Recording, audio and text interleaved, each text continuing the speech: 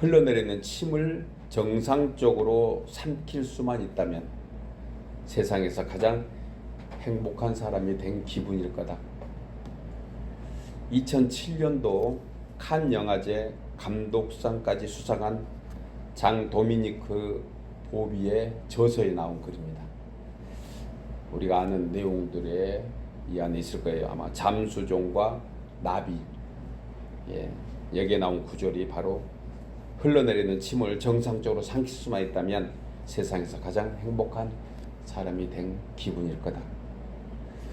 1995년도 12월 8일 날 프랑스의 세계적인 여성 잡지 엘리의 편집장이며 준수한 외모와 화술로 프랑스 사교계를 그야말로 풍미했던 한 시대의 가장 멋진 사람이었습니다. 43살 됐던 사람인데요. 장 도미니크 보비. 그가 그 해에 뇌졸중으로 쓰러집니다. 그리고 회복되었는데 3주 만에 의식을 회복했어요. 회복했는데 몸이 안 움직인 것입니다. 전신마비 온 거예요. 그런데 유일하게 움직일 수 있는 거 하나가 있었는데요. 왼쪽 눈꺼풀만 움직였다고 합니다. 왼쪽 눈꺼풀만. 그는 가만히만 있어도 입안에 고인 침이 밖으로 흘러내리는 그러한 고통을 받고 삽니다. 자신의 삶에 대한 어떤 소망이나 심지어 기쁨, 아픔, 슬픔 이런 거 하나도 표현을 못합니다. 우는 것조차도 웃는 것조차도 할 수 없는 상태에서 마치 자신은 두꺼운 갑옷을 입고 있는 그러한 사람인 것 같은 인식을 느끼게 됩니다. 온몸이 다 마비되어서 답답한 잠수복을 입은 것 같다. 그래서 잠수복 얘기가 나온 거예요. 그런데요, 이런 절망 끝에서 그는 나비 같은 날갯짓을 시작하게 됩니다. 그것이 무엇이냐면 눈 깜빡임으로 신호를 보내서 알파벳을 지정합니다. 상대방하고 약속한 거예요. 눈을 몇 번 깜빡거리면 A, B, C, D 알파벳으로 약속한 것입니다. 그러면서 그분은 이제 글을 쓰기 시작했는데 한 문장을 쓰는데 꼬박 하룻밤을 새서 썼던 문장들도 많다고 그래요. 그 대필자에게 한 번 문장을 보내려면 한 20만 번 이상 보내서 15개월 만에 완성된 책이 바로 잠수종과 나비입니다. 책 한 권 쓰는데 15개월. 눈을 얼마나 깜빡거렸겠어요. 이 책은요, 세상에서 가장 힘들게 쓰여진 책이라는 그러한 별명을 갖고 있습니다. 이는 움직일 수 없는 자신의 육체를 잠수복으로 또 훨훨 자유롭게 날아가고 싶은 의식을 나비로 비유하면서 이 책을 만들었습니다. 잠수복과 나비. 여러분, 그가 했던 말 중에요, 흘러내리는 침을 삼킬 수만 있다면, 자연스럽게 숨이 들쑥과 날쑥으로 이어져서 폐에 들어갈 수만 있다면 그 사람은 세상에서 가장 행복한 사람이다. 잠수복 같은 육체 속에서 나비처럼 날아서 발견된 인생의 가장 소중한 것, 그것은 바로 감사였다고 고백합니다. 이처럼 잠수종과 나비, 이 책이 우리에게 주는 교훈은 우리 주변에 소소하게 펼쳐져 있는 수많은 감사 일들을 감사할지 모르고 감사하지 않고 그냥 지나치고 불평하고 살고 있다가 하면 자신은 오히려 잠수복을 입고 사는 것과 똑같을 것이다. 그런데 일상에서 우리의 모든 삶에 감사하고 또 감사한다면 그는 나비 같은 인생이 될 것이다. 여러분, 잠수복 입고 살 거예요? 아니면 나비처럼 살겠습니까? 저와 여러분은 아름다운 나비 되기를 주의 이름으로 축복합니다. 여러분, 잃고 난 다음에 깨달아서 감사하는 것은 절반의 행복이래요. 그런데 잃기 전에 지극히 평범한 일상에서 수많은 감사 일들을 감사하고 기뻐하는 것은 정말 지혜로운 행복자인 줄 믿습니다. 1958년도 스트레스를 연구한 교수가 있었어요. 노벨 의학상을 받은 분입니다. 한스 셀이라는 분이에요. 이 박사님이 정신의학과에서 일명 스트레스의 대가래요. 그러니까 스트레스에 대한 원인과 분석을 해가지고 어떻게 하면 스트레스를 줄여나갈 건가. 이 한스 박사는요, 뇌분비의학이라는 그러한 특별한 의학을 연구하고 개발한 사람입니다. 우리 안에 뇌분비가 있다는 거예요. 우리 몸에. 그가 하버드에서요, 스트레스에 관한 강연을 했는데 한 학생이 박사님, 지금 오늘날 같은 이러한 현실에서 모든 사람들이 피할 수 없는 것이 스트레스 아니겠습니까? 스트레스의 홍수 시대에 살고 있다 해도 과언이 아닌 지금 이 스트레스를 해소할 수 있는 한 가지로 딱 정리하면 무엇이겠습니까? 이렇게 질문을 했다고 합니다. 그러자 한수 박사가 이렇게 대답했습니다. 뭐였을까요? 예, 감사예요. 제가 오늘 말씀드리면 질문하면 다 감사로 끝내면 됩니다. 그리고 한수 박사는 그 학생에게 또 같이 모여있는 회중에게 이렇게 얘기합니다. 여러분, 감사하면서 사세요. 그러면 스트레스 완전 해소됩니다. 작은 일이나 하찮은 일에도 감사하는 것은요, 마음의 평강과 형통의 삶을 사는 비결입니다. 성경은 물론 모든 건강 학회에서도 증명하고 있는 내용이 감사인 것입니다. 우리는 너무 들어서 잘 압니다. 감사하는 마음 속에는 참으로 평안하고 마음이 그저 평온하면서 또 우리 뇌에 가지고 있는 특별한 어떤 분비물 같은 어떤 신체의 반응들이 알려지는 것, 우리를 다 해소해주고 우리의 마음을 평안하게 해주는 것은 이미 과학적으로 의학적으로 증명된 내용들인 것입니다. 이러한 내용을 어떤 사람은 엔돌핀이 나온다 이렇게 얘기합니다. 그런데 하나님 안에서 감사하는 사람은 다이나믹 엔돌핀이 나올 줄 믿습니다. 슈퍼 다이나믹 엔돌핀. 어느 SNS에 올린 글 중에요, 감사의 5가지 이런 글을 제가 본 적이 있습니다. 5가지가 뭐냐면, 그래서 감사, 예, 그러니까 감사, 그럼에도 감사, 그것까지 감사, 범사에 감사. 우리 장로님 기도하실 때 인용하셨던 범사에 감사, 이것이 완성된 최후의 감사인 것입니다. 여러분, 세상에서 가장 지혜로운 사람은 배우는 사람이고 세상에서 가장 행복한 사람은 감사하는 사람이에요. 그러므로 성도는 범사에 감사함으로 하나님께서 주시는 평강의 복, 형통의 복으로 살아가야 할 줄 믿습니다. 이것은 권리이면서 의무예요.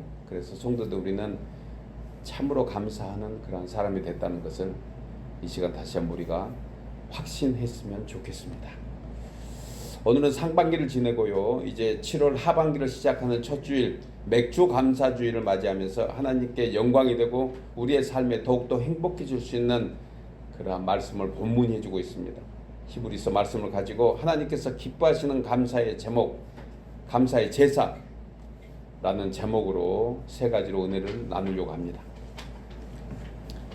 다 잊어버리셔도 타이틀 3개만 알고 나가도 될 것 같아요. 첫째로, 하나님께서 기뻐하시는 감사의 제사는 주 예수를 찬송하는 것입니다. 나누어 읽겠습니다. 하나님께서 기뻐하시는 감사의 제사는 주 예수를 항상 찬송하는 것입니다. 본문 15절에 그러므로 우리는 예수로 말미암아 항상 찬송의 제사를 하나님께 드리자. 이는 그 이름을 증거하는 입술의 열매니라. 히브리 기자는요, 본절에서 항상 찬송의 제사를 하나님께 드리자고 권면하고 있습니다. 이 내용을요, 현대어 성경은 이렇게 해석합니다. 그러므로 예수님을 통해서 언제나 하나님께 찬양의 제사를 드립시다. 이것은 주의 영광을 찬송하는 우리의 입술의 열매라고 했습니다. 성도들은 우리가 세상을 살아가면서 알게 모르게 사탄 마귀로부터 감염된 질병 하나가 있습니다. 무엇일까요? 불순종이에요. 불순종. 이 불순종에서 나타나는 열매가 바로 원망과 불평입니다. 그러니까 불순종은 뿌리라고 생각하면 거기서 나타나는 열매들이 있는데 원망과 불평 바이러스예요. 여러분, 이 원망과 불평의 바이러스가 인류에게 가장 치명적인 이유는요, 마귀가 전파하고 다닌다는 것입니다. 이 바이러스는 개인과 가정은 물론 교회와 사회를 병들고 힘들게 하는 요인이 됩니다. 이 바이러스를 낫게 하는 백신이 있습니다. 무엇일까요?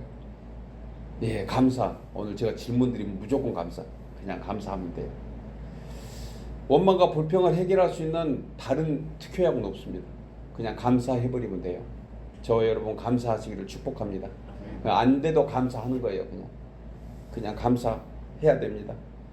우리가 아파서 해결할 수 있는 한 가지 방법이 약 먹는 거잖아요. 그 약을 먹으면 이게 내 목에 들어가서 내 장기에 들어가서 이게 어떻게 해결되고 이런 거 필요 없습니다. 그냥 약 먹어버리면 돼요. 아멘. 아프면 그냥 약 드셔요. 그냥 알아서 약이 알아서 해줄 겁니다. 무슨 문제가 생겨서 답답하고 화가 나고 그러면 그 다음 우리는 감사 백신 먹으면 됩니다. 이것이 들어가서 내가 무슨 해결하고 이런 거 필요 없습니다. 그냥 감사 약만 먹으면 될 것 같아요. 우리에게 감사약은 무엇일까요? 예, 맞습니다. 예수 그리스도 안에서 구약과 신약, 구약도 드시고 때로는 신약도 드셔서 이 두 개가 우리의 양약이 될 줄 믿습니다. 히브리 기자는 본절에서 이 약효의 근원을 가르쳐주고 있는데 우리 권사님 말씀하신 대로 예수 그리스도예요. 예수 그리스도를 말미암아. 그리고 이 방법으로는 감사의 찬송을 부르는 것이라고 했습니다. 여러분 본절을 다시 한번 볼까요? 그러므로 우리는 예수로 말미암아 항상 찬송의 제사를 하나님께 드리자. 이는 그 이름이 증언하는 입술의 열매니라. 여러분 아시는 것처럼요, 구약 시대에는 짐승을 제물로 잡아서 제사 드렸습니다. 그런데 지금 신약 시대, 성령 시대를 살고 있는 우리는 예수님께서 우리의 모든 죄와 우리의 모든 허물을 다 감당하시고 십자가에서 대신 제물이 되어 주셨고 이제 마지막에 그분이 선포하신 말씀만 믿으면 됩니다. 다 이루었다. 다 갚았다.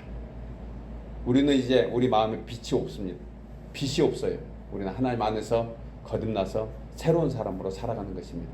그래서 우리의 원죄 그 빚은 하나님이 다 갚아주신 것입니다. 이제 그것을 믿고 나가는 거예요. 그래서 예수로 말미암아입니다. 이렇게 선포됨으로써 더 이상 짐승의 제사는 필요 없어졌습니다. 이제 예수님의 이름으로 예배하고 예수님의 이름으로 기도하고 예수님의 이름으로 찬송하고 예수님의 이름으로 감사하면 나머지는 하나님이 알아서 해주실 줄 믿습니다. 본문은 우리는 예수로 말미암아 항상 찬송의 제사를 하나님께 드리자고 히브리 기자는 우리에게 권면해 주고 있습니다. 예수님께서 친히 희생제물이 되어 주심으로 이제 십자가에 세신 보혈 외에 더 이상 다른 것은 필요 없다는 거예요.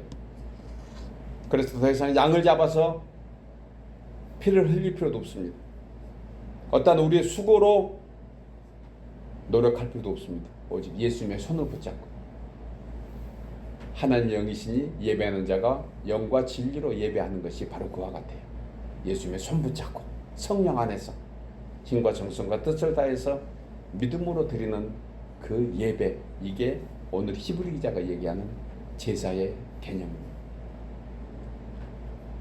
이제는 그 어린 양 예수 그리스도의 대속의 은총을 우리가 감사하면서 찬송하는 것이 하나님의 기뻐 받으시는 제사인 줄 믿습니다. 그래서 히브리 기자가 얘기하는 것 중에 찬송의 때를 얘기해 주는데 아주 중요합니다. 찬송의 때가 언제죠? 예, 항상이에요. 찬송의 때가 항상.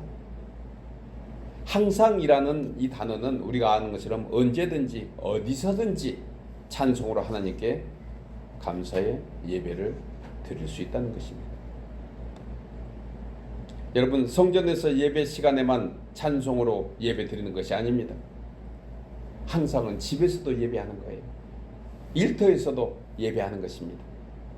차 안에서 운전하면서도, 길에서 산책하면서, 길을 걸어가면서도 항상 감사하는 것이 하나님이 기뻐 받으시는 예배인 것입니다. 심지어 자다가도 주를 찬송하면 그것이 예배가 되는 줄 믿습니다. 여러분, 자다가 하나님을 찬송하며 예배하시기를 축복합니다. 이거 정말 놀라운 은혜예요. 성도들, 우리에게 이것은 정말 행복한 것입니다. 우리가 찬송할 수 있다는 것, 누군가를 경배하며 누군가를 경외할 수 있다는 것, 이거 놀라운 특권이고 은총입니다. 이것은 하나님의 능력이 나타납니다. 그래서 하나님이 기뻐하시는 것이 찬송인 것입니다. 뿐만 아니라 걱정, 근심과 두려움과 어려움에서 해결됩니다. 평강이 사라지는 마음, 답답할 때 감사로 찬송해 보십시오. 그러면 하늘 문이 열리게 되는 줄 믿습니다. 문제가 해결됩니다. 아니, 해결되는 것이 아니고 그냥 문제가 그대로 있는데 그것이 문제가 안 되는 거예요. 경험해 보셨죠? 경험해 보셨을 줄 믿습니다. 우리 인생들은 살면서 늘 겪는 것이 앞서가는 차와 똑같습니다. 그 차 한 대가 나를 불편하게 하고 혹여 답답하게 해서 추월하고 나면 그 앞에 차가 없나요? 아니에요. 우리는 어느 목적지에 갈 때까지 수 없는 그런 차들을 만나게 됩니다. 그것이 기차 타고 힘들다고 추월하고 원망 불평해봐야 그 앞에 또 차가 있습니다. 우리의 삶은 그와 같습니다. 그런데 이런 것이 문제가 안 되고 오히려 감사하고 찬송하면 이 답답한 것이 아무 문제가 안 되는 것입니다. 찬송은 하늘문이 열리는 기적을 부르는 노래입니다. 사도행전 16장에 보면 바울과 실라가 억울한 일로 고초를 당하고 옥에 갇혔을 때 저들이 원망과 불평 대신 했던 것이 있습니다. 뭡니까? 주의 영광을 찬미하더라. 이것은 감사하면서 찬송했다는 얘기예요. 결과가 어떻게 되었습니까? 옥문이 열리고 발목에 착고가 풀리고 자유케 된 줄 믿습니다. 옥에 갇혔는데도 오히려 밖에 있는 간수가 안에 있는 바울과 실라를 부러워합니다. 어떻게 그렇게 찬송할 수 있습니까? 우리가 살아가면서 우리의 모습들을 주위의 사람들은 보고 있을 것입니다.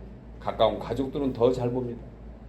그런데 어려움 속에서도 근심이 더해지지 않고 원망과 불평보다 찬송하고 있으면 그들은 그 모습을 보고 물어볼 것입니다. 어떻게 그럴 수 있냐고. 그때 우리의 대답은 무엇입니까? 예수로 말미암아. 이것이 복음을 전하는 생명인 줄 믿습니다. 예수로 말미암아. 사랑하는 여러분, 하나님의 은혜와 사랑은 하늘로부터 쉴 수 없이 내려옵니다. 원망 불평하면 은혜를 막는, 단비를 막는 우산이 될 것입니다. 그런데 원망 불평하지 않으면 그 내리는 단비가 우리의 온몸을 적셔서 우리의 심령의 평강과 형통의 복으로 이어질 줄 믿습니다. 우리는 이제 다시 한번 감사의 찬송, 그 능력이 얼마나 되는 줄 알고 우리의 남은 삶의 여정, 특별히 하반기에 상반기에 다 못한 감사가 있으면 하반기에는 더욱더 감사해서 우리의 모든 삶이 하나님이 기뻐 받으시는 감사의 제사가 되기를 주의 이름으로 축복합니다. 두 번째로 하나님께서 기뻐하시는 감사의 제사는 선행으로 서로 나누는 것입니다. 나누어 있겠습니다. 하나님께서 기뻐하시는 감사의 제사는 본문 16절에 오직 선을 행하고 서로 나누어 주기를 잊지 말라. 하나님은 이 같은 제사를 기뻐하시느니라. 본절은 15절 상반절하고 같이 연결돼서 볼 수가 있습니다. 15절 상반절을 연결하면 이렇게 됩니다. 그러므로 우리는 예수로 말미암아 항상 선을 행함과 서로 나누어 주기를 잊지 말라. 하나님이 이 같은 제사를 기뻐하시느니라. 이 같은 예배를 기뻐하신다는 거예요. 여기서 특별히 눈여겨볼 것은 하나님이 기뻐하시는 제사, 그것은 곧 선행과 서로 나누는 것이라고 했습니다. 여러분, 예배라고 생각하면 하나님께만 드리는 것을 생각하는데 그렇지 않다는 것도 알게 됩니다. 성도 간에, 가족 간에, 이웃 간에 서로 사랑하면서 나누는 거예요. 우리 교회는 그렇게 하고 있는 줄 믿습니다. 여러분들의 가정은 그렇게 하고 있는 줄 확신합니다. 이 나누는 것은 하나님이 기뻐하시는 아름다운 제사고 예배이기 때문입니다. 이 말씀을 예수님께서는 마태복음 5장 16절에서 이같이 너희 빛을 사람 앞에 비추어서 저희로 너희 착한 행실을 보고 하늘에 계신 너희 아버지께 영광을 돌리게 하라. 너희의 소소한 것, 너희의 작은 착한 행실이 오히려 하나님께 영광이 된다고 했습니다. 이는 성도들 우리가 세상의 빛과 소금이 되는 사명을 실제로 감당하는 것을 말씀하며 권면해 주고 있습니다. 우리의 선한 행동은 삶 속에서 이제 우리에게 마땅히 해야 될 의무이며 하나의 우리의 필요된 그러한 선물입니다. 우리가 착한 행실을 함으로써 하나님께 영광이 되는 것은 참으로 중요한 그러한 예배이기 때문에 그렇습니다. 따라서 주 예수 그리스도의 십자가 생명으로 전하는 것은 말로만 하는 것이 아니다. 복음은 사랑의 실천으로 이어져야 된다는 것. 나눔과 정직과 선행의 행실이 뒷받침될 때 진정한 진리의 복음이 우리를 통해서 전해질 줄 믿습니다. 그러므로 성도들은 우리의 착한 행실은 자기 자랑의 목적이 아닙니다. 사람들이 우리를 통해서 하나님의 사랑을 느끼고 주께 영광 돌리는 것, 이것이 우리의 목적이 되어야 됩니다. 사람들이 예수님께 돌아오는 통로가 바로 선행이기 때문에 그렇습니다. 본절의 선을 행하다 이 해당되는 헬라어가 바로 유로이아스라는 단어인데 타인에게 관심을 가지고 친절하게 베풀다의 뜻을 가지고 있습니다. 선행은 관심 갖는 것을 시작한 것 같아요. 관심 갖는 거예요. 우리의 작은 것이라도 서로 나누려고 하는 마음, 그런 것들로 시작하게 되는 것입니다. 이것이 성도의 사랑과 선행의 열매이고 하나님께서 기뻐 받으시는 그러한 영적 예배인 줄 믿습니다. 여러분, 사실 지금 우리의 소유는 우리가 이 세상에 산 날 동안 잠시 맡겨두는 것들인 것을 우리는 잘 압니다. 그것은 내가 노력해서 얻은 것 같지만 배후에서 하나님이 다 베풀어 주셨기 때문에 우리가 가지고 누리고 있는 것입니다. 그래서 주님이 잠시 맡겨주셨다는 것을 우리는 잊지 말아야 합니다. 이 말씀을 욥기 1장 21절에서 이렇게 얘기합니다. 내가 모태에서 알몸으로 나왔은즉 또한 알몸으로 그리로 돌아갈지어다. 그러면서 주신 이도 여호와시요 거두신 이도 여호와시니 여호와의 이름이 찬송을 받을지어다. 우리는 이 세상의 나그네의 삶을 사는 청직 인생입니다. 인정하든 안 하든 그렇습니다. 빈손으로 왔다 빈손으로 가는 것이 모두의 인생의 공통점입니다. 이 사실을 아는 사람은 지혜로운 사람이고 모르는 사람은 미련한 사람입니다. 또한 알고 실천하는 사람은 행복한 사람이고 그렇지 않는 사람은 불행할 것입니다. 그래서 받는 자보다 주는 자가 복되다는 것은 어차피 하나님의 소유를 가지고 내 상급으로 만들어가는 지혜자가 된다는 인생 목표이며 인생의 방향이 있는 것입니다. 이처럼 하나님은 우리가 사는 동안 베푼 선행과 나눔을 얼마나 기뻐하는가를 마태복음 25장에서 이렇게 말씀합니다. 장차 재림의 주로 강림하셔서 심판하실 때에 오른편에 있는 성도들에게 내 아버지께 복 받을 자들이여 나와서 창세로부터 너희를 위하여 예비된 나라를 상속받으라, 이렇게 말씀하시면서 35절에서 아주 중요한 말씀을 합니다. 내가 줄일 때에, 예수님 얘기하는 거예요. 예수님께 줄일 때에 너희가 먹을 것을 주었고 목마를 때에 마시게 하였고 나그네 때에 영접하였고 헐벗을 때에 돌아보았고 옥에 갇혔을 때 와서 보았다고 얘기했습니다. 그때 그 말을 들은 그 사람이 이렇게 질문합니다. 저는 예수님이 헐벗을 때에 제가 베푼 것이 없는데요. 이렇게 할 때 예수님께서 이렇게 말씀합니다. 작은 소자에게 했던 것이 곧 나한테 한 거였느니라.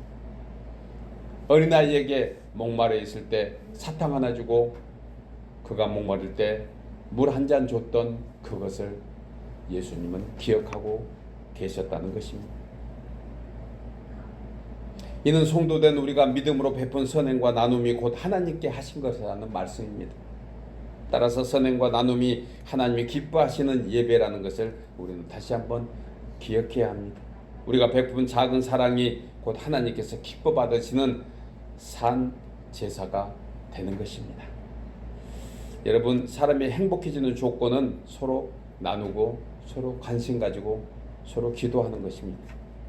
옛말에 아픔과 슬픔을 나누면 반이 되고 기쁨과 행복을 나누면 배가 된다고 했습니다. 이것은 하나님께서 인류에게 제정한 가장 심오한 행복의 원리이며 주님이 기뻐하시는 그러한 진리입니다. 사랑하는 여러분, 베풀고 나누며 그것은 결코 하나님이 기억하고 계신다는 사실을 우리 생각하면서 먼저는 작은 관심이지만 서로 위해서 기도하고 서로 위해서 살펴보고 서로 생각하며 하나님 안에서 우리의 남은 삶이 아름다운 그러한 삶이 되기 위해서 우리는 기뻐하는 선행의 제사를 우리의 이웃과 함께 나누고 하나님께 영광을 돌려서 천국 상급으로 가득 쌓아나가는 우리 모두 되시기를 주의 이름으로 축복합니다. 마지막 세 번째로 하나님께서 기뻐하시는 감사의 제사는 주 예수 안에서 순종하는 것입니다. 나누어 읽겠습니다. 하나님께서 기뻐하시는 감사의 제사는 주 예수 안에서 순종하는 것입니다. 본문 17절에 너희를 인도하는 자에게 순종하고 복종하라. 그들은 너희 영혼을 위하여 경성하기를 자신들이 청산할 자인 것 같이 하느니라. 그들로 하여금 즐거움으로 이것을 하게 하고 근심으로 하게 하지 말라. 그렇지 않으면 너희에게 유익이 없느니라. 본절에서 히브리 기자는 너희를 인도하는 자들에게 순종하고 복종하라고 말씀하면서 앞서서 7절에서 인도하는 자들에 관해서 이렇게 얘기합니다. 하나님의 말씀을 너희에게 일러주고 너희를 인도하던 자들을 생각하며 또 10절에서는 좀 더 구체적으로 장막에서 섬기는 자들이라고 얘기합니다. 이 말씀을요 문자적으로 해석하면 오늘날 주의 종인 목사 얘기하는 것입니다. 목회자 얘기하는 거예요. 그리고 함께 섬기는 하나님의 사람들 얘기하는 것입니다. 그래서 그들이 즐거운 마음으로 여러 성도를 위해서 섬기며 기도할 수 있도록 협력하라는 것입니다. 지금 이 자리에 계셔서 말씀드리기 좀 그렇지만 저는 어느 목사보다 우리 장로님들의 성도님들의 사랑을 많이 받고 있습니다. 크고 작은 일에 늘 협력해 주신 것 제가 기억하고 늘 감사합니다.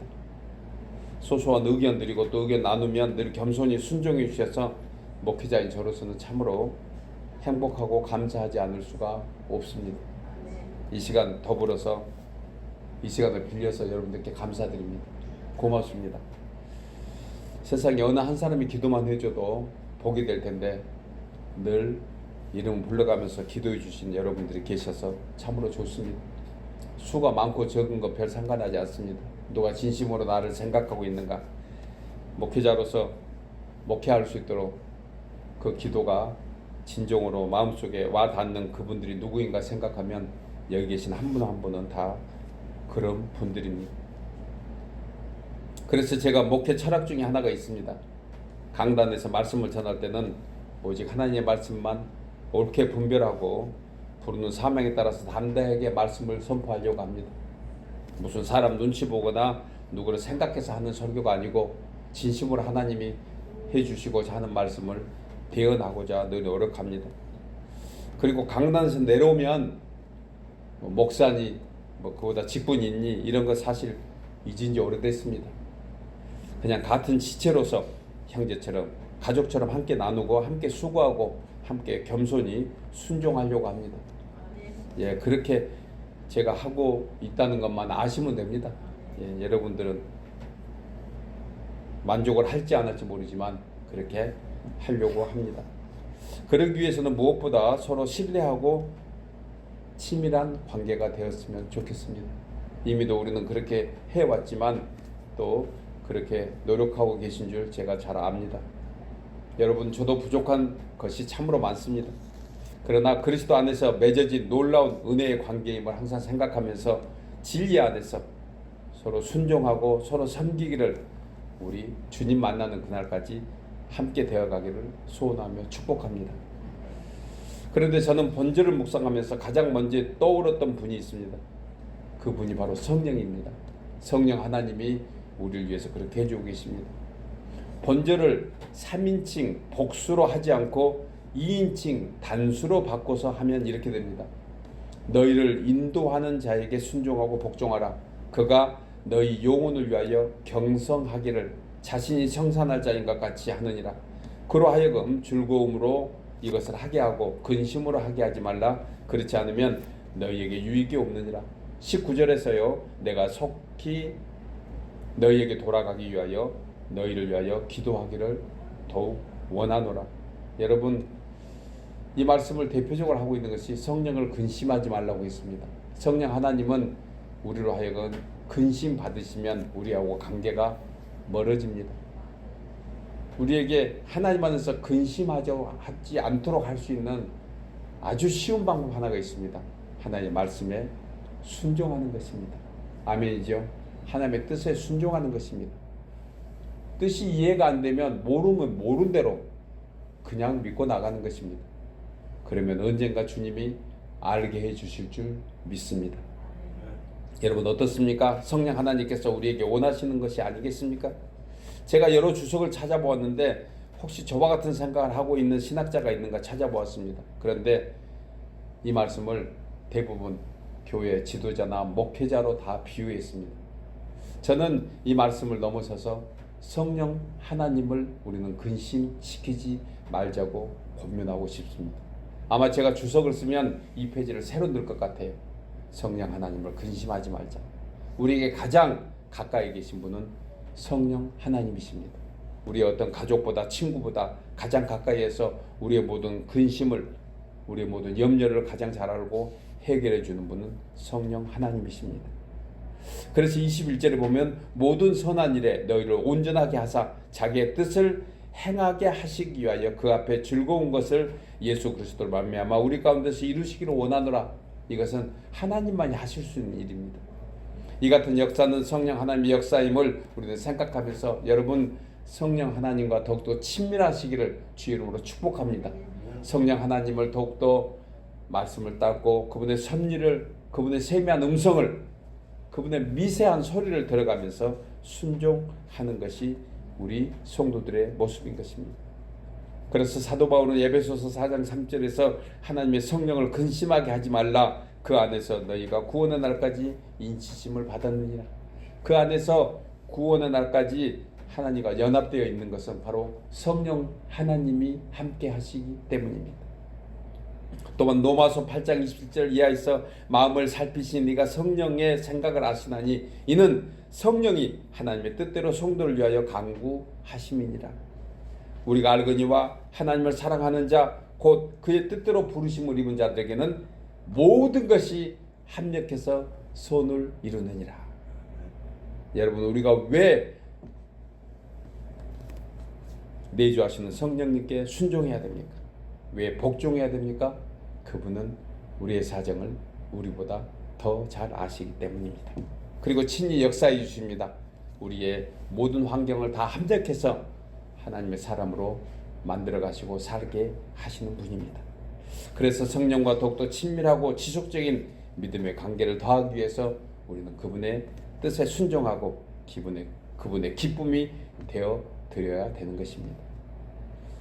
오늘도 우리를 변함없이 사랑하시고 어떤 상황에서도 우리의 손을 놓지 않으시고 영원히 함께 하시는 성령 임마누엘, 그 주님이 우리 안에 함께 하십니다.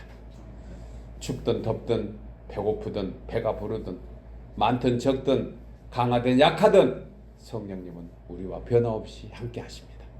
그 하나님이 지금 말씀하십니다. 내게 와서 순종하라고.